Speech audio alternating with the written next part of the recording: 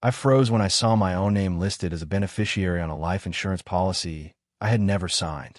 The policy was worth $2 million. And according to the paperwork, the person expected to die was my younger brother. At first, I thought it had to be some kind of clerical error, but then I noticed something that made my stomach drop. The signature at the bottom looked exactly like mine. Not similar. Not close. Mine. I was sitting in my truck outside a grocery store in Des Moines, Iowa, staring at a scanned PDF on my phone while customers pushed carts through the parking lot like it was any normal Tuesday afternoon. My hand started shaking. I zoomed in, then zoomed in again. The signature was perfect. Every curve, every stroke, every little habit I had developed after years of signing contracts at work. Whoever created this document either had access to my signature or had somehow got me to sign something without realizing what it was. I should probably explain how I got that file in the first place, because none of this started with insurance. It started with a voicemail. 3 days earlier, I had been finishing a shift at a warehouse where I managed logistics for a regional distributor. Nothing exciting, nothing dramatic. The kind of job where every day feels almost identical to the one before it. I was 42, divorced, no kids, a decent house, a decent paycheck, a decent life. Not great, not terrible. My younger brother, Ethan, was the opposite. He was charismatic, funny, the kind of guy who could walk into a room and somehow leave with 3 new friends and an invitation to a barbecue. We weren't especially close anymore, but we talked enough. Birthdays, holidays, the occasional football game. Nothing unusual. That evening, I noticed a voicemail from a number I didn't recognize. The message lasted only 14 seconds. A woman's voice said, "Mr. Parker, if you're unaware of the policy, you should speak to your brother immediately." Then she hung up. No explanation. No company name. Nothing. I listened to it 3 times. At first I assumed it was a scam. Everybody gets weird calls these days. Extended warranties. Tax threats. Fake lawsuits. I deleted it and forgot about it. Or at least I tried to. The problem was that the message kept bothering me. Not because of what she said. Because of how she said it. There was fear in her voice. Not panic. Not urgency. Fear. Like someone making a call they weren't supposed to make. The next day, curiosity got the better of me. I called the number back. Disconnected. No longer in service. That should have ended it. Instead, it became the first thing that felt wrong. 2 days later, I called Ethan. No answer. I texted him. Nothing. I figured he was busy. But later that evening I checked social media. Normally Ethan posted constantly. Sports. Food. His dog. Random jokes. There was nothing. No activity for nearly 2 weeks. That wasn't normal. I told myself I was overreacting. People get busy. People take breaks.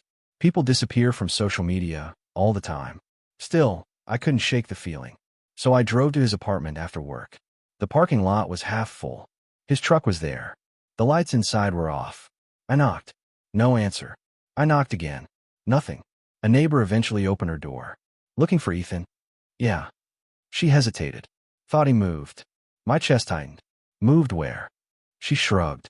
"Saw people taking boxes out about 10 days ago." That made no sense. Ethan hadn't mentioned moving. Not once. And Ethan mentioned everything. I thanked her and left. The entire drive home, I kept coming back to the same question. Why wouldn't he tell me? We weren't best friends. But we weren't strangers either. That night I barely slept. The next morning I called her mother.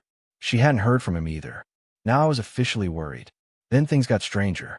Around noon, I received an email from an address I didn't recognize. No message. Just an attachment. The insurance policy. The one with my signature. The one naming me as beneficiary. The one claiming Ethan Parker was insured for $2 million. I nearly dropped my phone. I immediately called the insurance company listed on the document. The representative confirmed the policy existed. Then she refused to discuss details. Privacy restrictions. Verification requirements. Legal limitations. The usual wall of corporate language. But one sentence slipped out before she stopped herself. This policy has already been flagged internally. Flagged? For what? Fraud? Forgery? Something worse? She wouldn't answer. That should have been enough reason to contact the police. Instead, I made a different decision. One I would later regret. I started investigating on my own. The first place I looked was Ethan's bank. Not directly. I couldn't access his accounts. but I didn't know someone who worked at a branch he used frequently. An old high school friend named Marcus. I wasn't expecting much. I definitely wasn't expecting what he told me.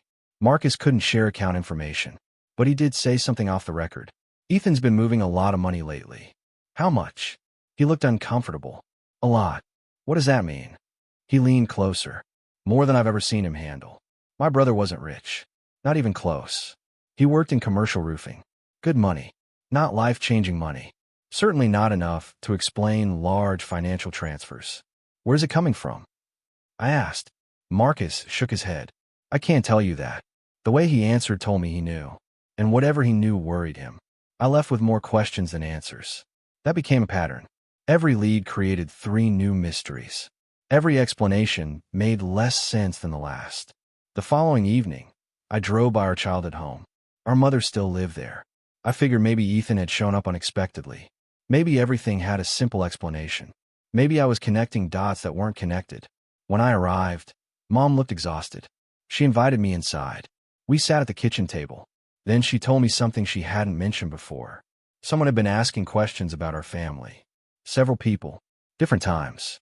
Different names. All within the past month. What kind of questions? About your father. I frowned. Our father had died 12 years earlier. Heart attack. Case closed. Nothing unusual. At least that's what we always believed. What about him? She swallowed hard. They wanted to know where he kept records.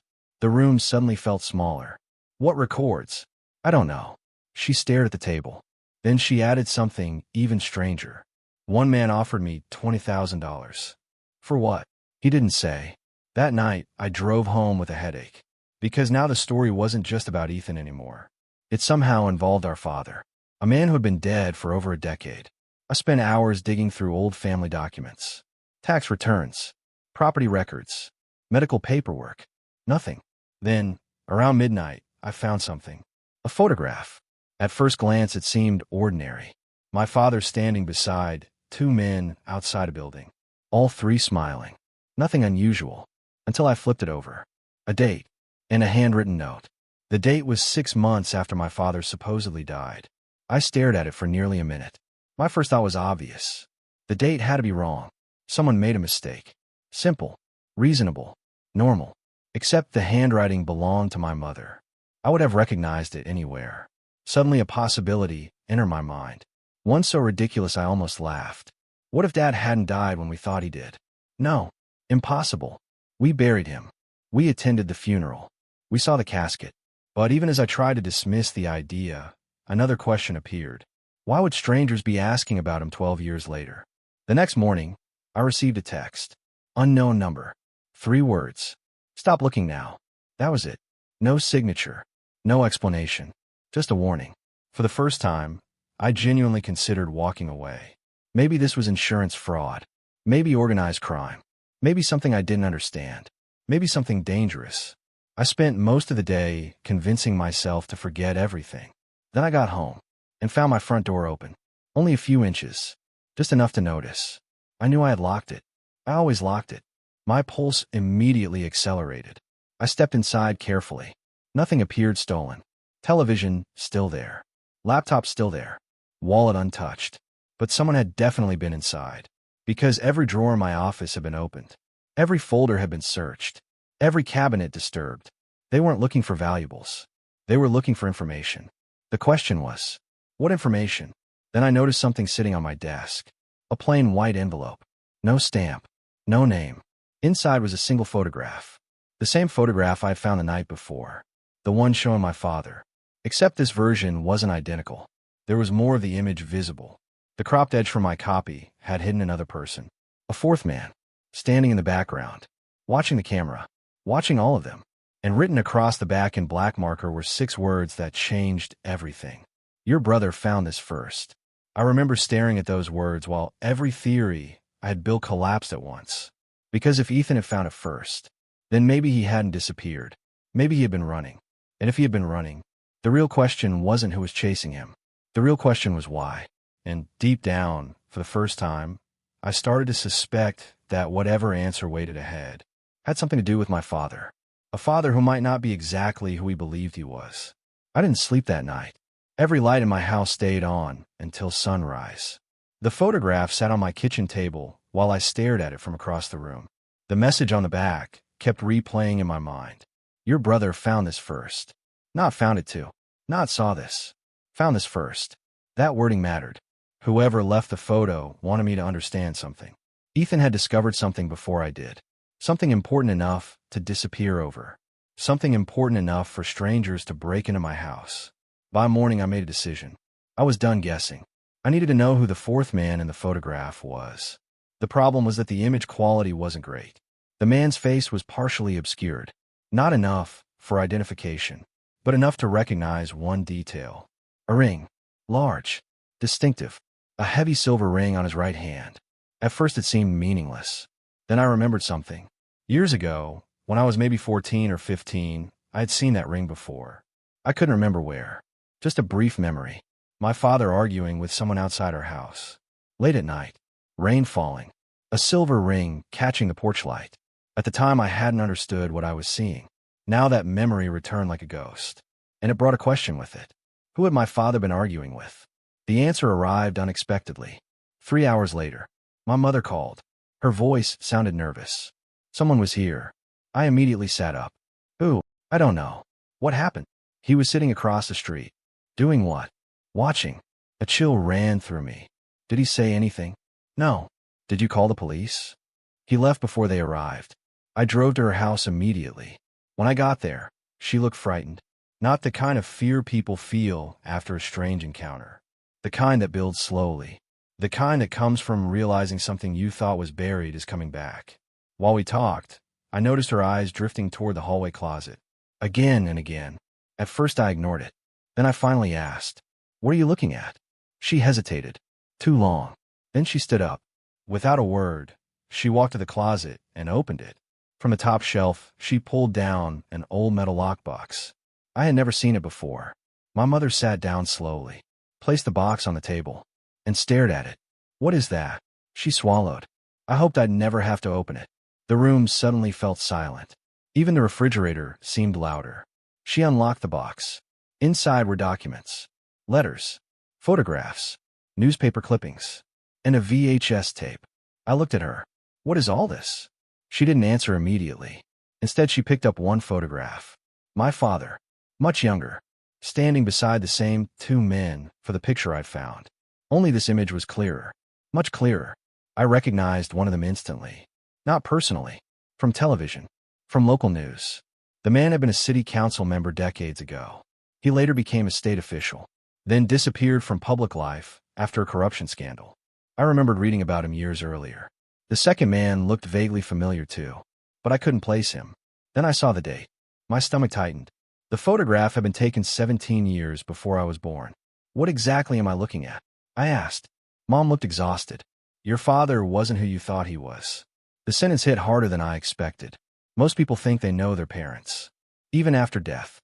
Especially after death. You build a story around them. You decide who they were. What mattered to them. What kind of life they lived. Then one sentence destroys all of it. I waited. Finally, she continued. "Before you were born, your father worked with some very powerful people." Doing what? I don't know. I wasn't sure I believed that. She seemed to know more than she wanted to admit. "What do you mean you don't know?" "He never told me. Not even once." She shook her head. But something about her expression felt wrong. Like someone carefully selecting which truths to reveal. Then, she handed me one of the newspaper clippings. A warehouse fire. 29 years old. Several fatalities. Official cause unknown. The article itself wasn't remarkable. Except for one thing. My father's name appeared inside. Not as a victim. Not as a suspect. As a witness. I read the article twice. Then, 3 times. The warehouse was located nearly 400 miles away. A city my father had never mentioned. A city he had supposedly never visited. Yet somehow he was there. I looked up. Why would Dad be involved in this? Mom looked away. I don't know. Again. The same answer. The same hesitation. The same feeling that she wasn't telling me everything. Then I noticed something else. The clipping had been folded around a handwritten note. The note contained only an address. No explanation. No city. No name. Just an address. I checked it on my phone. The building still existed. Abandoned. Outside Omaha. Less than 3 hours away. I looked at Mom. Did Ethan see these? Her silence answered before she did. Yes. When? About 3 weeks ago. My pulse accelerated. 3 weeks. Almost exactly when Ethan disappeared. What happened after that? He started asking questions. What kind of questions? The same ones you're asking. And he got angry. At who? She hesitated again, then whispered, Your father. For a moment, neither of us spoke. The idea seemed absurd. How do you become angry at a man who's been dead for 12 years? Unless you discover something that changes everything. I left with a lockbox. That night, I went through every item inside. Hundreds of pages. Most useless. Bills. Receipts. Old correspondence. But around midnight, I found something strange. A letter. Not addressed to my father. Addressed from him. The letter was unsigned. Undated. No recipient. Almost like a draft.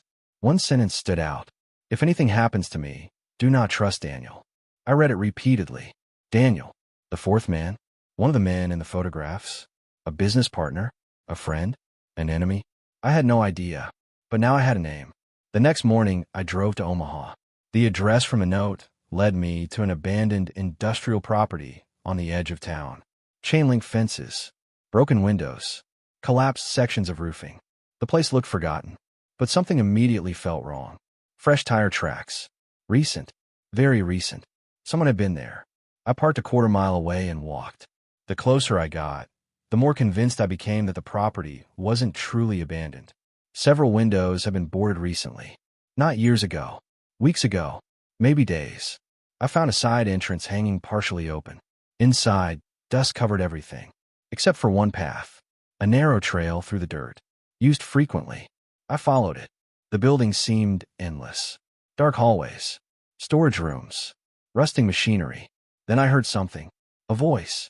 Far away. I froze. A second voice answered. I couldn't make out words. Only echoes. Someone was inside. Several someones. I moved carefully toward the sound. Eventually, I reached a doorway. And stopped. 2 men stood in a room ahead. One of them held a photograph. The same photograph. My photograph. The one from my desk. I backed away immediately. My heart was hammering. How many copies existed? Why were they discussing it? Who were they? Then one of the men said a name. Ethan. I almost stepped forward. Almost revealed myself. Then I heard the next sentence. He's already contacted his brother. Every muscle in my body tightened. They knew about me. They knew Ethan had reached me somehow. The problem was that Ethan never had. At least not directly. Unless. The photographs. The policy. The anonymous messages. Had Ethan been sending them? Or had someone else been using him? I needed to hear more. I moved closer. Too close. My foot hit loose metal. The sound echoed. The conversation stopped instantly. Silence.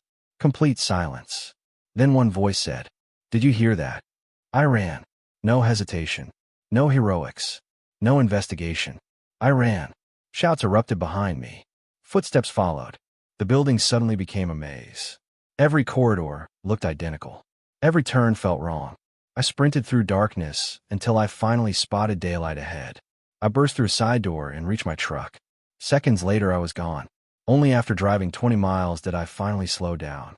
My hands wouldn't stop shaking. Someone was protecting whatever secret Ethan found. And they weren't amateurs. That much was obvious now. Back home, I reviewed everything again. The photographs. The insurance policy. The letters. The warehouse fire. The mysterious Daniel. For the first time, a theory started forming. Maybe Dad had witnessed something. Maybe he helped cover something up. Maybe Ethan discovered evidence decades later.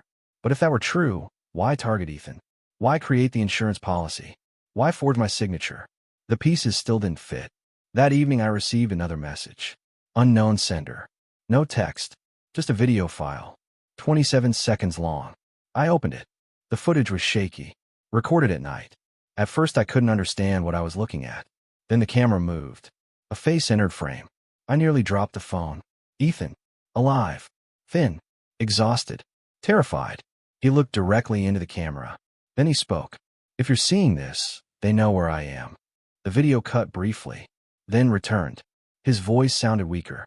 Don't trust anyone connected to Dad. The image glitched. A loud noise echoed somewhere off camera. Ethan turned suddenly. Fear flooded his face. Then he said something that changed everything. Something I replayed more than 50 times. Something that destroyed every assumption I'd made so far. He said, "Dad didn't start this." The video froze, then ended. I stared at the screen, because until that moment I had believed my father was the center of the mystery, the source, the cause, the secret. But Ethan's final words suggested something completely different. Dad hadn't started it, which meant someone else had. Someone bigger. Someone still alive.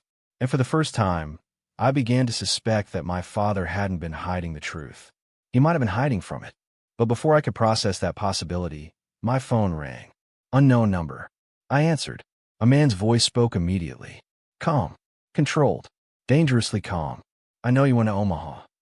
My blood turned cold. The caller continued. "You have 48 hours. For what?" Silence. Then 4 words. "Find your brother first." The line went dead. And standing there in my kitchen, holding the phone, I realized something horrifying. This wasn't a threat. It was a warning. Because whoever called sounded less afraid of me finding Ethan than of someone else finding him first. I didn't know whether to trust the warning. That was the problem. By that point, every person connected to the story seemed capable of lying. The anonymous caller, the insurance company, the people in Omaha, even my mother, especially my mother. For 2 days, I barely slept. I replayed Ethan's video constantly. One sentence kept bothering me. Dad didn't start this. The more I thought about it, the more I realized something. Ethan hadn't said Dad wasn't involved. He had only said he didn't start it. There was a difference.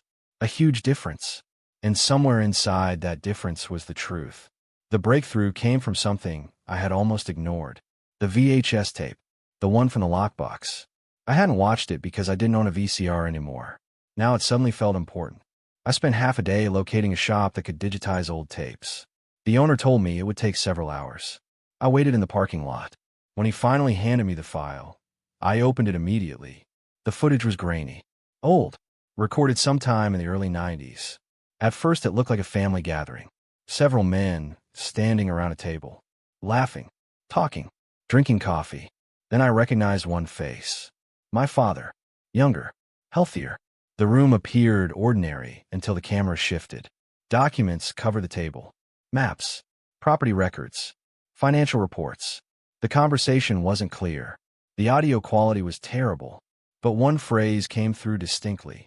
Once the warehouse burns, nobody can connect it. The video ended seconds later. I sat frozen. Because now I knew one thing for certain. The warehouse fire from the newspaper clipping had not been an accident. Someone planned it. And my father had been in the room. For nearly an hour, I convinced myself of the obvious conclusion. Dad was guilty. Dad helped them. Dad was part of it. Then I noticed something. A reflection. Barely visible in a window. Someone was filming secretly. The camera operator wasn't participating. He was hiding. Recording. Documenting. Collecting evidence. And suddenly another possibility emerged. What if my father wasn't one of them? What if he was gathering proof against them? The realization hit me hard. Because it matched something I had forgotten. My father had always kept records. Everything. Receipts. Notes. Phone numbers. Addresses. At the time it seemed obsessive. Now it looked different. Now it looked intentional. That evening another package appeared at my house. No return address. Inside was a key. Nothing else. Just a key.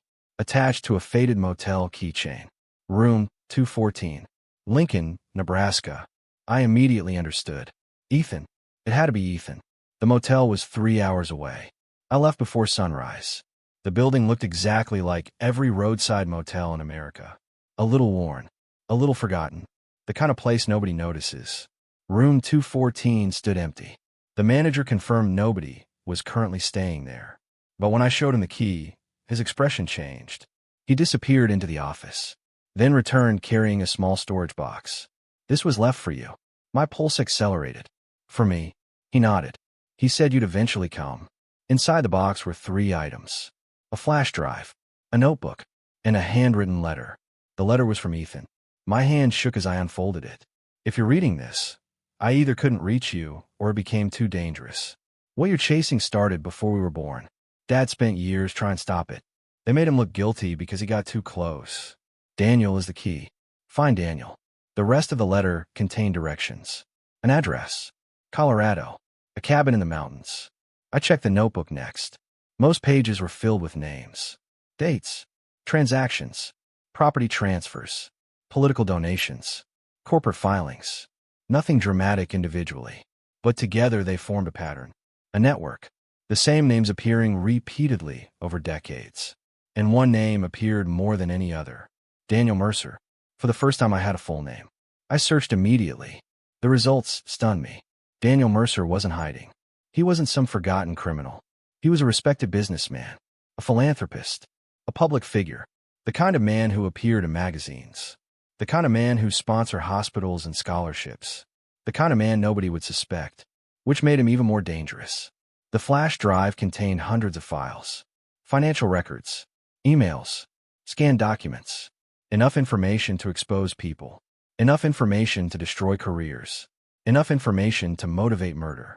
Then I found the final file, a recorded interview. My father. The recording date was only 6 months before his death. I opened it and listened for nearly an hour. When it ended, my entire understanding of my father had changed. 30 years earlier, a group of investors and local officials had created a massive fraud scheme. Land deals, insurance scams, shell companies, fake ownership transfers, millions of dollars, maybe more. The warehouse fire had destroyed evidence connected to those operations. My father discovered what they were doing.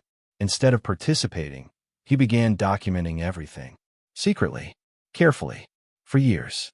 The reason he stayed close to them wasn't loyalty. It was access. He was building a case, collecting proof, preparing to expose everyone. Then something happened. Someone discovered what he was doing. After that, according to the recording, he started receiving threats. The threats became surveillance. The surveillance became attacks. Then came the final statement, the one that made my blood run cold. If anything happens to me, it won't be natural. I stopped the video. Because officially my father died from a heart attack. Officially. Suddenly I wasn't sure anymore. I drove to Colorado the next day. The cabin sat alone near a forest road. Snow covered parts of the property.